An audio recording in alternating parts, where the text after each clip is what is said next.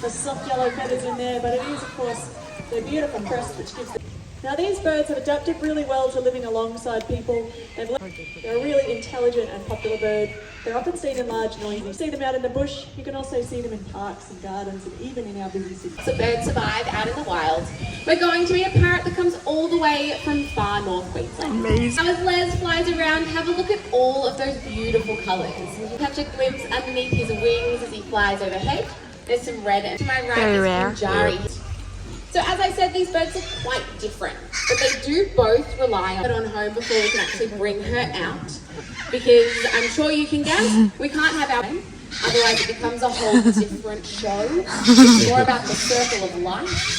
But that's okay, he's just doing a little bit of alarm calling there, warning his partner Matilda. You've got your cameras out yet, get them ready, because she is one low fly.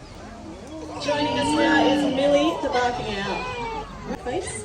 The other four are from the hawk owl family, which Millie is a part of. They've got massive forward-facing eyes. They actually is demonstrating pretty well. She can see really well out here in the daytime. They just see even better. They've got spectacular hearing. They have lopsided or offset ears. What it allows them to do is to hear sounds to the left and right, and then also up. We're about to meet a really special long-billed corolla. Her name is Fergie. When she comes out here, go.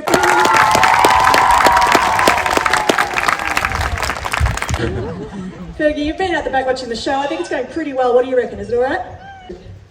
Wings are very important. You can't get very far without those.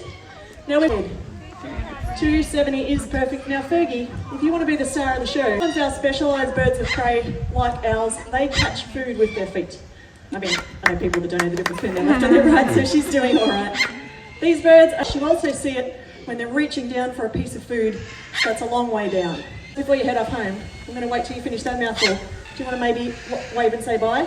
Or meat-tearing beak and sharp claws or talons on powerful. The bird we're about to meet next is only very rarely seen. They're ready to meet Australia. This one's name is Beatrice, the black-breasted buzzard. We're flying around up in the sky. Unusually for raptors, they're also quite eat those.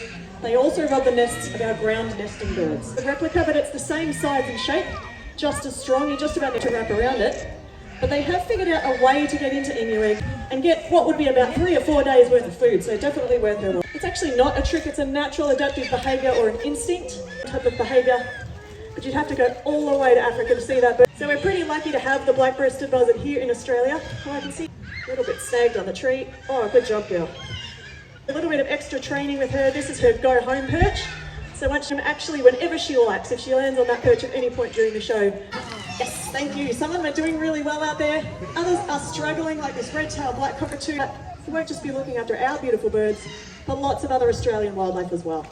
So imagine eyes. So when they want to look at something, they need to turn their whole head. Oh God. You can hear Millie while she's out here as well. She's making if Millie were in hunting mode, you wouldn't be able to hear her at all. Because Millie's looking up at the sky a lot, and we know there have been a few extra birds of prey. So I might just try and bring Millie a little bit closer so you can have a look. Braid flight feathers and tiny down hairs on the underside of their wings. It's a lot of small mammals, nocturnal mammals like possums and gliders. So they do a really great job in keeping those rodent numbers down for us.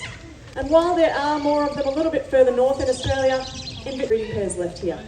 So we need to do a much better job looking after their habitat. Angel of Death flying up in the sky. She's done a really excellent job out here today. Lister has a message for you and a really easy job for you and your mobile phone, just like Callista here. So our message today is to wipe for wildlife. We're actually here, and I'm sure you would agree with me, that's a number we need to greatly reduce. And we can paper. That's been made from old office paper and other recycled paper products.